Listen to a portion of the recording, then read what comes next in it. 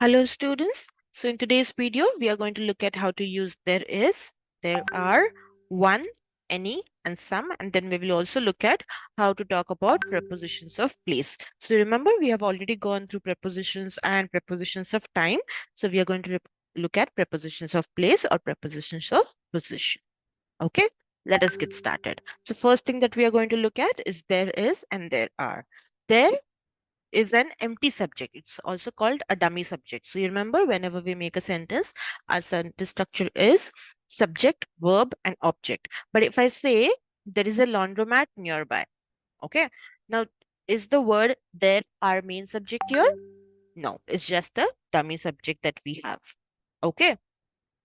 So we are going to not agree to it, but the subject that follows after the verb. That is there is a laundromat. A laundromat is our main subject here. Okay.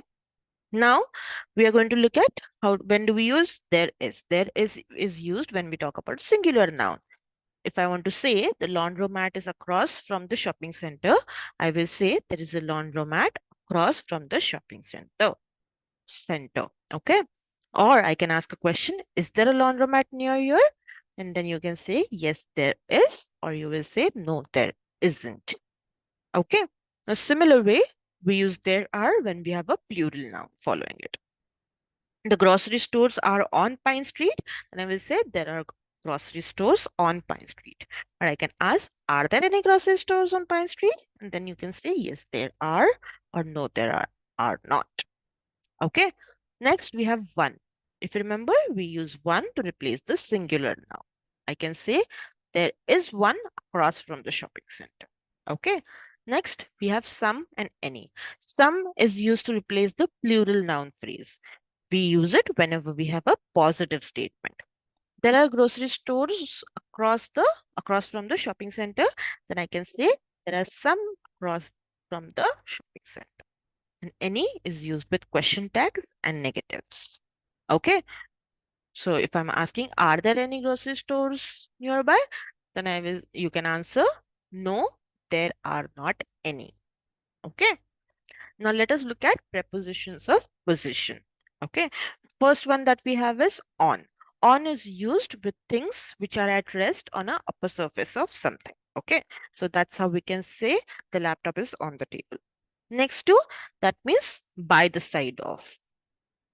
Near or close to, that means something is very, very near. Across from or opposite, that means on the opposite side of, or from one side to the opposite.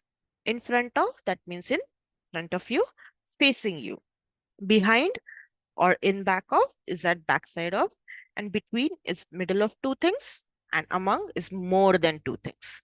On the corner of, that means there's a corner, and on the turn of that corner, you can see that place. Okay. That is how we talk about. So, for example, our institute is situated on the corner of Aminora Pakta Road. That's how I can say it. Okay.